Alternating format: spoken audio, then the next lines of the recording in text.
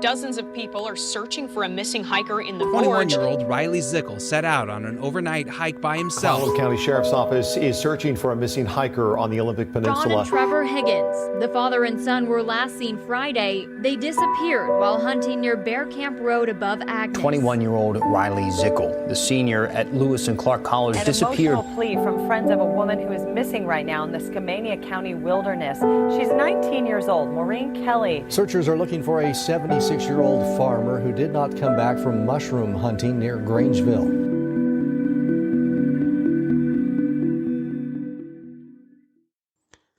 Hello, everybody, and welcome to the Pacific Northwest Missing Persons Project. I'm your host, Tanner Hoskins, Executive Director here at Pacific Northwest Missing Persons Project, and today's podcast is about two cases where the outcome is much happier than the way this podcast typically runs. Two individuals who were located alive after disappearing into the forest, one missing for more than 6 days and the other for 10. On August 3rd of 2024, the same weekend that our team was camped at a location that we call Hidden Lake, 58-year-old Vicki Atkins, a Native American female standing about 5'5" tall and weighing 120 pounds from the Yakama Nation, vanished on August 3rd.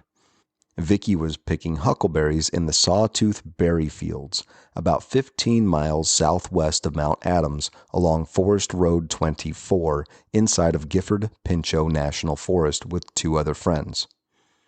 Picking huckleberries in this area is a tradition that dates back thousands of years for the tribes that called this portion of the Pacific Northwest home. Vicki became separated from her friends while picking huckleberries and did not return to camp at a time that the trio had agreed to meet at. The two friends, who have not been identified, searched the area for the remainder of August 3rd and all day on August 4th before returning to the Yakima area and reporting Vicki as missing on August 5th.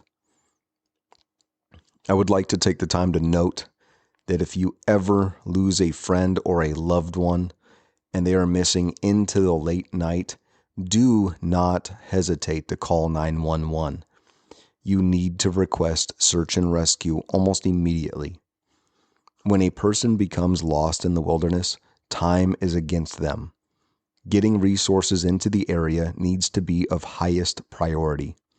We understand that you might feel like you're wasting law enforcement's time, but you're not.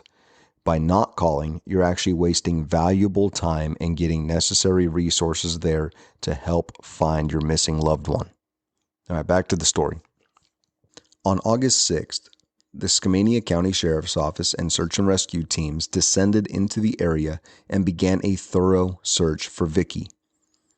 Luckily, Vicki knew the area extremely well. She grew up and spent a lot of time in the area since she was a young lady. For the first 2 days of searching, search and rescue crews utilized airplanes, drones, FLIR, and ground searchers, but no sign of Vicki had been located.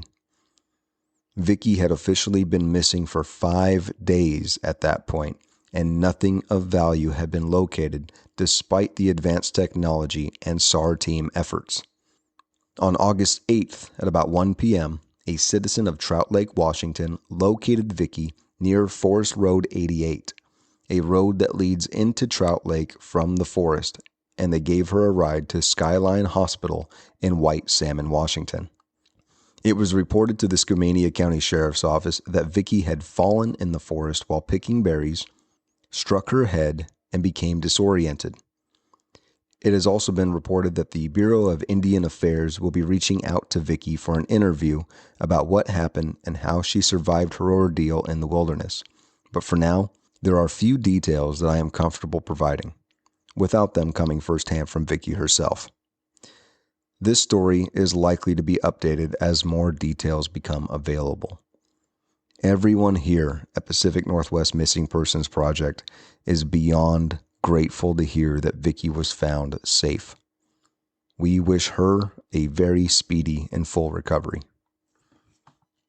For those of you that don't know, the Gifford Pinchot National Forest is a special land to the tribal people of the Pacific Northwest. The tribes in the area considered the huckleberries that grow in this section of the forest as a gift from the Creator. During the Great Depression, non-tribal people swarmed the forest and picked the huckleberry bushes completely clean, leaving nothing for the tribes that relied on the land to provide them with nourishment and sustenance, especially through the long winter months. Tribal members complained to anyone that would listen and eventually found a person that agreed with their view of the situation. Forest Supervisor J.R. Bruckhart. On August 25th of 1932, J.R. Bruckhart and the Yakama Nation chief William Yallop reached an agreement. One side of the berry fields would be set aside solely for members of the Yakama Nation to pick huckleberries, and to this day, that handshake agreement remains law. As you're driving on some of the forestry roads up in Gifford Pinchot, you will see signs that state the handshake agreement of 1932 reserves the picking of huckleberries on this side of the road for Indians. It's an incredible thing that a handshake to this day still stands as written law. The second case that I want to talk about, it comes out of Idaho. Truly a miracle is no other way to describe it.